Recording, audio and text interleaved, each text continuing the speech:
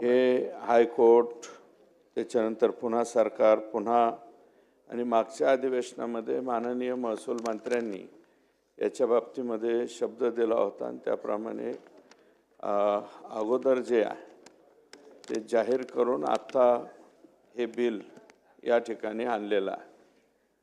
अध्यक्ष महोदय, हे बिल चांगलं आहे, परंतु आता 2-3 सन्माननीय सदस्यांनी जे सांगितलं त्या चुकीच्या पूर्वी तहसीलदारांच्या अधिकाऱ्यामध्ये काही येणे झाले, जिल्हाधिकाऱ्यांच्या पासून येणे झाले, परंतु हे येणे होत असताना जिथं आरक्षण आहेत अशा चुकीच्या ठिकाणचे जर येणे झाले त्याला रेग्युलराइज करायचं जर काम झालं तर हे चुकीच्या लोकांच्या पाठीमागं उभा राहिल्यासारखं या ठिकाणी होईल।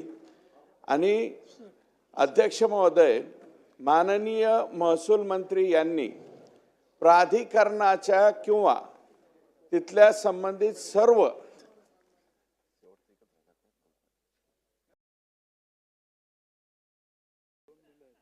प्राधिकरणाच्या किंवा तिथल्या साहेब झालं 2 मिनिट नाही, मी 1च मिनिट बोलणार। नगर पंचायत उभाच आता राहिलोय अध्यक्ष महोदय। कुणावर साहेबांचा 1 मिनिट की माझा 1 मिनिट? नाही, तुमच्यापासून 1 मिनिट। ठीक आहे, चला।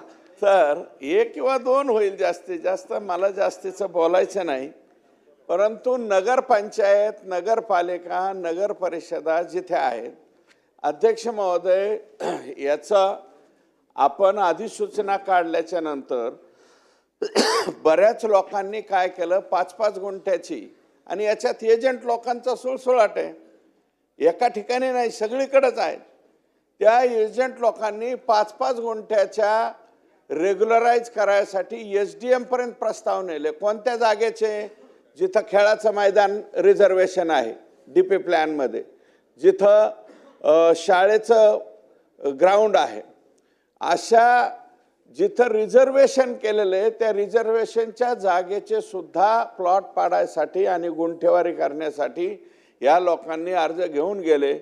आणि ज्या वेळेस आमच्या लक्षात आलं, आम्ही नगरपंचायतीच्या CO सांगितलं की CO त्याच्यावरती जाऊन ऑब्जेक्शन घ्या, आणि त्या SDMला मला स्वतः सांगावं लागलं की तुम्ही हे काय करायला लागले?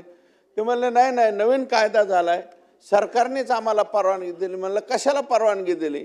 की तुम्हाला DP प्लॅनमध्ये जे आरक्षण आहे त्या आरक्षणाचे सुद्धा तुम्हाला गुंठेवारी पाडायला परवानगी दिली का? तुम्ही COला विचारलं का?